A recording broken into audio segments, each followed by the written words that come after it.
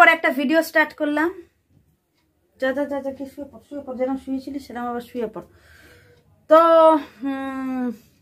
বেঁচে আছি, এখনো মরে যাইনি, সেইটা জানানোর জন্য আমি এসেছি আজকের ভিডিওটাতে। আর কি বলবো সব গুলিয়ে গেছে। এতদিন ধরে কোনো ভিডিও টিডিও কিছু করিনি, তো ভিডিও কেরমভাবে কি করতে হয় আমি আমার সব গুলিয়ে গেছে, ঘেটে ঘ হয়ে গেছে। আর যেটা দেখানোর, এখন আমি এখানটাতে চা বানাচ্ছি। সকাল অনেকক্ষণ আগে হয়েছে, কিন্তু আমি সকালের চা এখন খাচ্ছি। সকালবেলা ওটা থেকে অনেকগুলো কাজ গুছিয়ে নিয়েছিলাম সব সময়ের মতো। কাপড় কাচা, বাসন মাজা, ঘর পরিষ্কার করা, নিজেকে পরিষ্কার করে নিলাম। এই যে দেখতেই পাচ্ছে, নিজেকে পরিষ্কার করে নিলাম। মাথার উপরে এরকম সিংহাসন তুলে নিয়েছি, পুরোটা দেখায়, এরকম সিংহাসন তুলে নিয়েছি। যেটা বলতে যাচ্ছিলাম সেটা হচ্ছে গিয়ে অনেক দিন পরে আমি একটা ভিডিও স্টার্ট করলাম। সেই লাস্ট ভিডিও করেছিলাম অক্টোবর মাসে। সেই সময় গরম ছিল, পুজো পার্বণ সব চলছিল, গরম ছিল।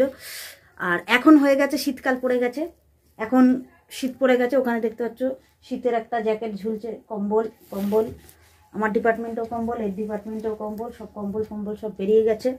এই কদিনে যেটা পরিবর্তন হয়েছে সেটা তোমাদের সঙ্গে শেয়ার করব। ফানি ভিডিও শর্টসগুলো তো আমি দিতাম, কিন্তু বড় ভিডিও আমি কেন দিইনি সেইটার কারণ হিসাবে আমি এইটুকুনি বলতে পারি যে শেয়ার করার মতো কিছু ছিল না। আমি চাই যে এই চ্যানেলটার মধ্যে মানে আনন্দের মুহূর্ত, খুশির মুহূর্তগুলো শেয়ার করতে। তো সেরকম কিছুই হয়নি বলে আমি ওই জন্য বড় ভিডিও আমি আপলোড করতে পারছি না। আর তো হ্যাঁ, এটাই হচ্ছে গিয়ে কারণ, যে এই কারণে বড় ভিডিও বানানো হচ্ছে না।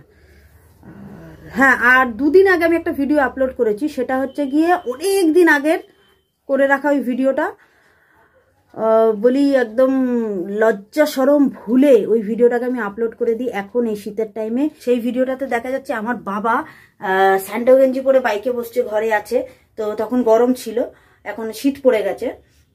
তো আমি বলি ভিডিওটা একেবারে পুরো এডিট করে থাম্বনেল সব রেডি করে রেখে আমার গ্যালারিতে সেভ করে রাখা ছিল। তো আমি বলি এটাকে আপলোড করি। এটাকে আপলোড করার পরে নেক্সট ভিডিওতে, মানে আমি এই ভিডিওটাতে তোমাদের জানাবো যে আমি এই কদিন কেন আসতে পারছি না রেগুলার হিসাবে। এই মাথার উপরে এই টোপরটাকে নিয়ে অনেকক্ষণ বকবক করে ফেললাম। আমি এখন একটু চাটা বানিয়ে নিই, চা খেয়ে। আর একটা জিনিস এখানটাতে আমার দিদি এই যে সুজি বানিয়ে দিয়ে গেছে আমাদের দুজনকে। সুজি খাবো, চা খাবো, এটা খেয়ে তোমাদেরকে দেখাবো যে এই কদিনে ঘরের মধ্যে কি সামান্য পরিবর্তন হয়েছে।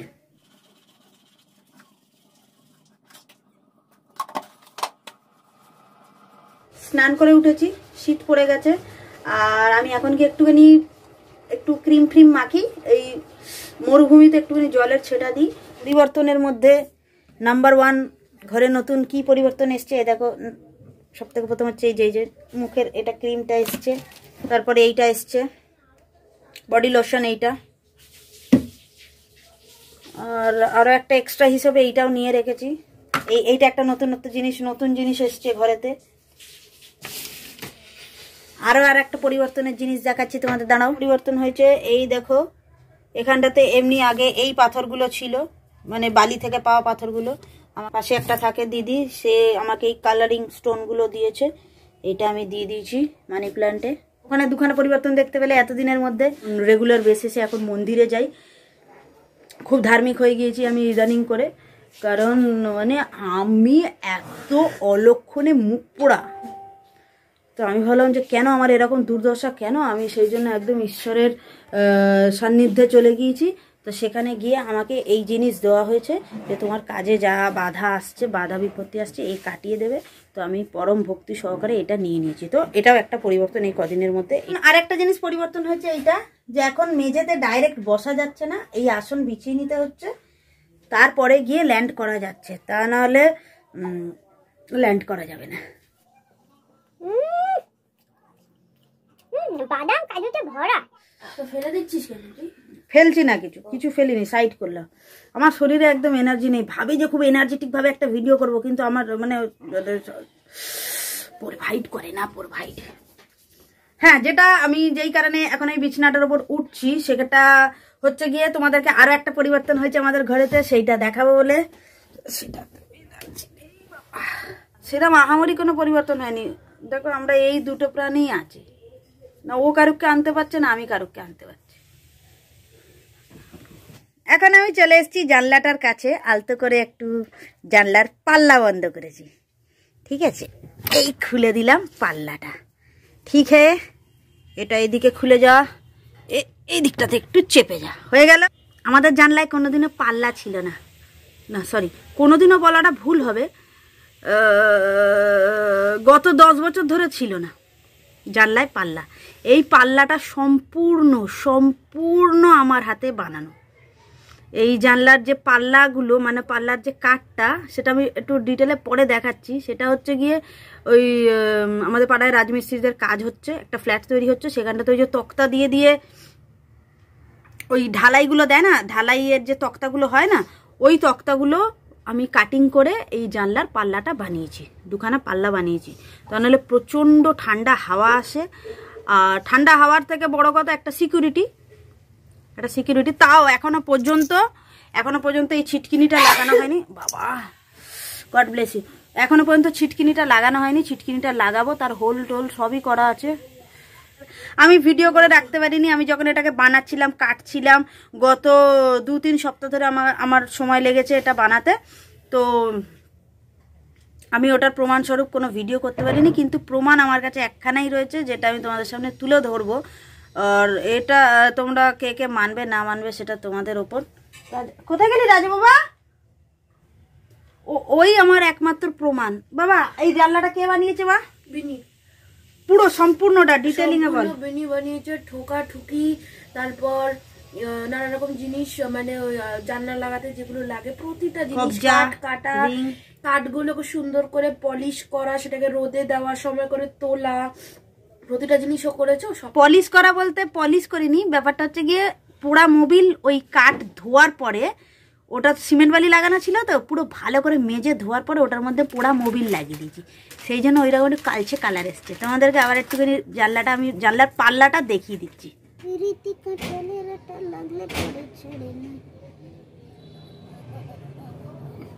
দিদি আমাকে অনেক করে বলেছিল, বাবু একটু ভিডিও করে রাখ, এই জিনিসটা বানাচ্ছিস। আমি বললাম নাহি নাহি।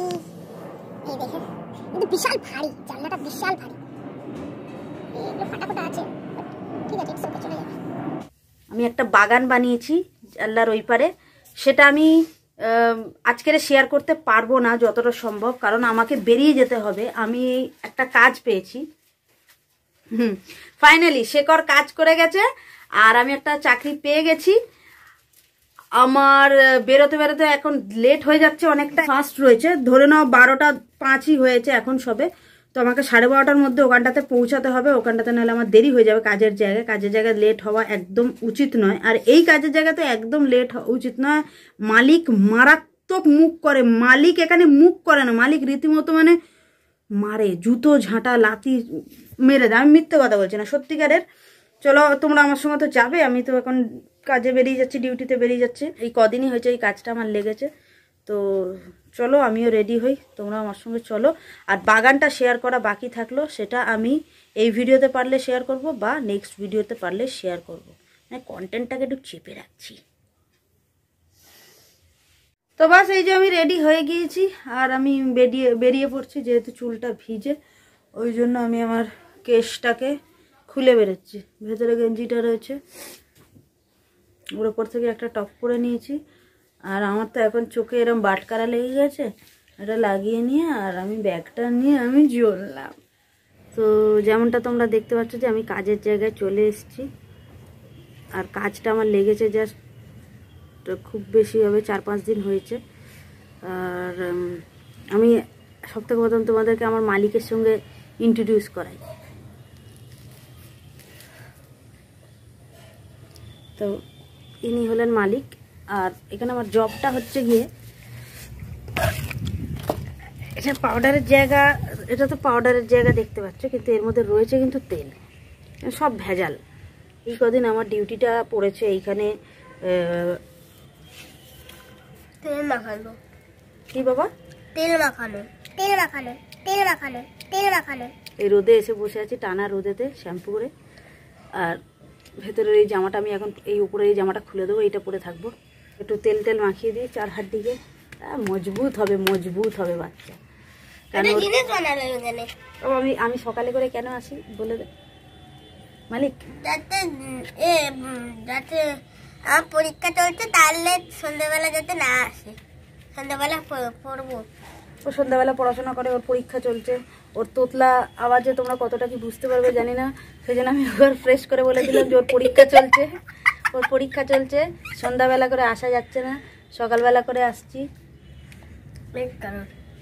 1 কারোর দিচ্ছি আমাকে। হ্যাঁ বাবা কি বললে? এতক্ষণ ধরে কাউকে দেখতে পারবে, এখন চলে এসছে একজন। বেশি এরকম করিস কেন আমাকে? এনেছে একটা সঙ্গে করে সিমুই করে এনেছে সিমুই, ঘরে খেলাম সুজি, মান্টু খাওয়ালে একটা পেঁপে।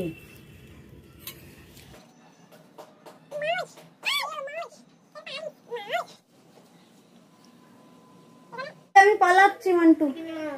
মান্টু স্নান হয়ে গেছে, আর আমার যে তেল মালিশের জব হয়ে গেল। মালিক মাছ হয়ে গেছে, অনেকটা হয়ে গেল, তো টাকা কবে দেবেন? হ্যাঁ মাই গড, কি লেভেলের মালিক পেয়েছে। না কিচ্ছু খেয়ে যাবো না, ওই ঘরে গিয়ে আমি চাল ধুয়ে এসেছি, ভাত বানাবো। আর যাবে না?